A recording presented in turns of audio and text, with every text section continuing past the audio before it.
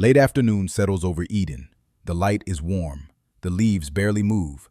Somewhere among the trees, a man is holding his breath. Adam has never hidden before. Until this moment, the presence of God meant peace. Now every footstep sounds like judgment coming closer. He has covered himself with leaves and placed branches between himself and the one who made him, as though a tree could hide him from the God who formed the tree. Then God speaks. "Where are you?" The first question God asks a human being after sin enters the world is not, "What have you done?" It is, "Where are you?" The Hebrew word is ayeka. It means, "Where are you?" But God is not asking for Adam's location. He is not confused by the trees. He has not lost sight of the man he created. This is not a question about geography. This is not a question about God's knowledge. This is not a question asked by a confused creator. This is an invitation for a hiding human being to step into the truth. And that matters, because you can be close to God while your heart is running from Him. You can sit in church and hide. You can pray and hide. You can quote scripture and avoid the one truth you do not want to say aloud. Adam is behind a tree. But where are you? Are you hiding inside shame, anger, noise, or endless work?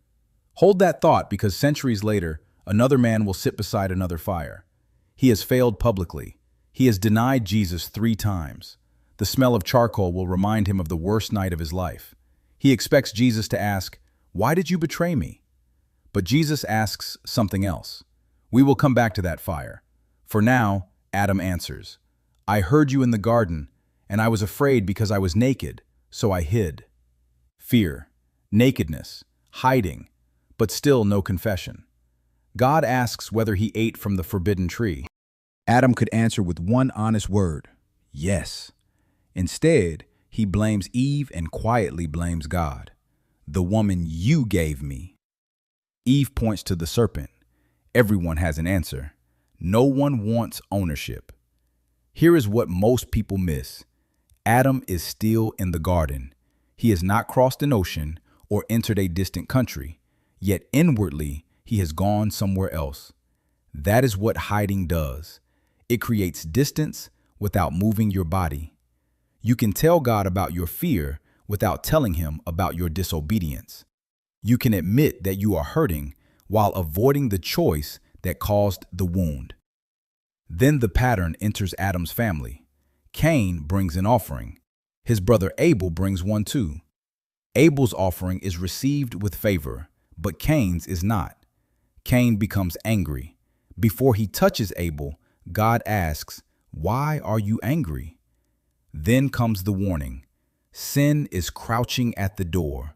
It desires to control you, but you must master it. Picture that image. Something is waiting outside, not sleeping, crouching, ready to spring. God sees where Cain's anger is going and warns him. That warning is mercy. Cain is not trapped yet. He can turn around. He can answer honestly. He can ask for help. But Cain says nothing. He takes Abel into the field and kills him. Then God asks, "Where is Abel your brother?" Cain answers, "I do not know. Am I my brother's keeper?" Adam hid behind leaves. Cain hides behind a lie. This time, the ground itself bears witness. Abel's blood cries out. God questioned Cain before the murder and after it. Before the act, the question was a warning. After the act, the question was a summons to truth.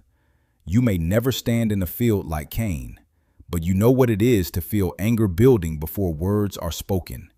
You know what it is to rehearse an argument, feed resentment, and imagine making someone else hurt.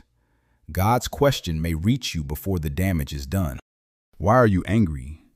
What are you protecting? What are you becoming? Now the scene changes. No garden, no field. A mountain. Elijah stands on Mount Carmel before a divided nation. Fire falls from heaven. The people fall on their faces. Then Queen Jezebel threatens his life. The prophet, who faced hundreds of false prophets, runs. He crosses into the wilderness, collapses beneath a tree, and asks God to let him die. Then he sleeps. Before God gives Elijah a sermon, God gives him food. An angel wakes him and says, "Get up and eat." Elijah eats, drinks, and lies down again. More food, more rest. That detail matters. Sometimes you are not faithless, you are depleted. Sometimes you do not need another accusation, you need bread, water, sleep, and the gentle presence of God. Elijah reaches Horeb and enters a cave. God asks, "What are you doing here, Elijah?" The Hebrew phrase is, "Ma leka po." What are you doing here? The weight falls on the final word, here. How did the prophet who faced a nation end up alone in a cave? Elijah says he has been faithful and that he alone is left. But he is not alone. Fear has narrowed his vision until the cave feels like the whole world. God meets him with wind, earthquake, and fire. Yet the Lord's presence comes in a low, quiet voice. Then God asks the question again, not because he ignored Elijah's answer. Elijah needs to hear himself say it. God corrects what fear has told him. Thousands in Israel have not bowed to Baal. There is still work to do. Elisha will walk beside him. The cave is not Elijah's final address. Pay attention to this. Adam hides because of shame. Cain hides behind anger. Elijah hides because exhaustion has made him believe he is alone. Which hiding place feels most familiar to you? Tell me in the comments, and subscribe if you want more Bible explanations that bring these ancient moments close to your life today. Stay with me, because the next man obeyed God with his feet while resisting him with his heart. Jonah has already tried to run. He boarded a ship going the opposite way. He was thrown into the sea. He spent 3 days inside a great fish. Then God sent him back to Nineveh. This time, Jonah goes. He announces judgment. The people repent. The king leaves his throne and calls the city to turn from violence. God shows mercy. Jonah becomes furious. God asks, "Is it right for you to be angry?" Jonah leaves the city and waits to see whether destruction might still come. A plant grows over him and gives him shade. Jonah loves the plant. Then it dies. The sun burns down. A hot wind strikes his face. Jonah says he would rather die. God asks whether he has any right to be angry about the plant. Then the question cuts deeper. Jonah cares about a plant he did not create or keep alive. Yet he resents God for caring about a city filled with people. Jonah wants mercy when he is drowning. He wants judgment when his enemies are drowning. You can leave the ship and still carry resentment. You can obey the command and resist the heart of the one who gave it. The book ends with God asking whether he should not care about Nineveh. Jonah never answers. That silence leaves the question with you.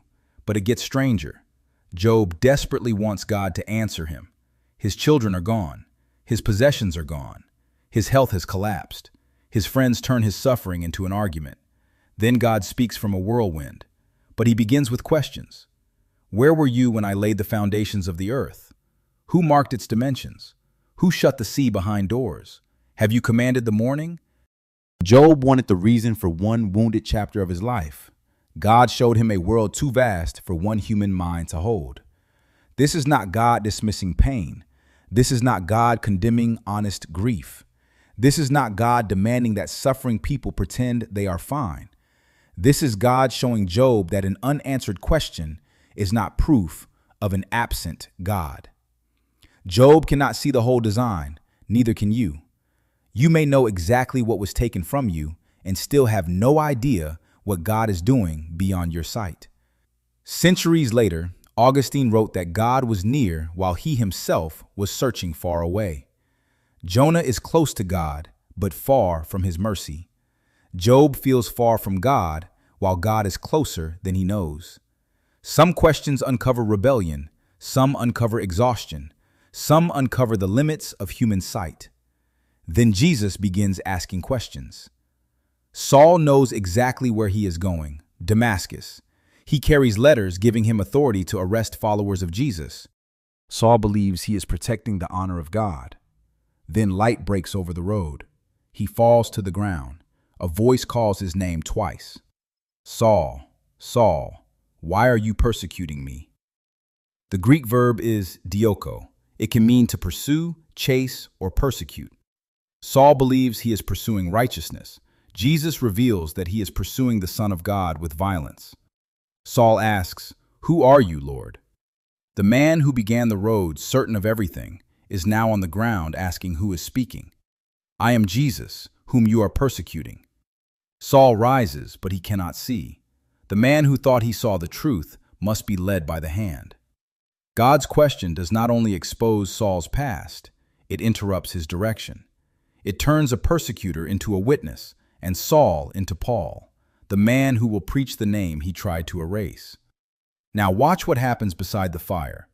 The unnamed man from the opening is Simon Peter. Only days earlier, Peter stood beside a charcoal fire while Jesus was being questioned. 3 times, people asked whether Peter belonged to Jesus. 3 times, Peter said no. Now, Jesus is alive. Peter comes ashore after a night of fishing and sees another charcoal fire. The smell may carry him back to that courtyard, but Jesus has not prepared a trial. He has prepared breakfast, bread, fish, warm coals beside the water. After they eat, Jesus asks, "Do you love me?" Not, "Why were you weak?" Not, "How could you embarrass me?" Not, "Can you prove you deserve another chance?" "Do you love me?" Peter answers yes. Jesus tells him to care for his people. Then Jesus asks again and again. 3 denials, 3 questions, 3 invitations to serve. By the 3rd question, Peter is grieved. Jesus has brought him close to the memory Peter would rather bury. But Jesus does not uncover the wound to shame him. He uncovers it so Peter can stop living beneath it. Adam hides after failure. Peter sits face to face with Jesus after failure. Adam blames. Peter grieves. Adam steps away from his calling. Peter receives his calling again. You may know this feeling. A child breaks something and hides in a dark room. The parent already knows which room the child entered. The parent stands near the doorway and calls the child's name. The real question is not, "Where is your body?" It is, "Will you come out and face me?" When God asks where you are, it is not proof that he has lost you. It may be proof that mercy has come looking for you. Your failure may be real. Your shame may be heavy. Your cave may feel safe. But Jesus can still prepare a table near the place where you failed. He can still ask a question that gives you a future. And he can still say what he said to Peter after everything was exposed. "Follow me." Share this with someone hiding under fear, shame, or failure. They may need to hear that God's question is not always condemnation. Sometimes it is an invitation to come home. So what do all these questions reveal? Adam heard, "Where are you?" Cain heard, "Where is your brother?" Elijah heard, "What are you doing here?" Jonah heard, "Is it right for you to be angry?" Job heard, "Where were you when I laid the earth's foundations?" Saul heard, "Why are you persecuting me?" Peter heard, "Do you love me?" Different questions, different hiding places, the same God calling people into truth. Here are the 3 takeaways. First, God does not ask questions because he needs information. He knew where Adam was, what Cain had done, why Elijah was hiding, why Jonah was angry, what Job could not understand, where Saul was going, and what Peter had denied.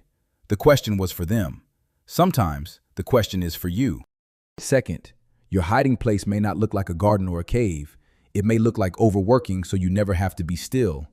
It may look like anger that feels safer than grief. It may look like religious activity that keeps you busy enough to avoid honesty.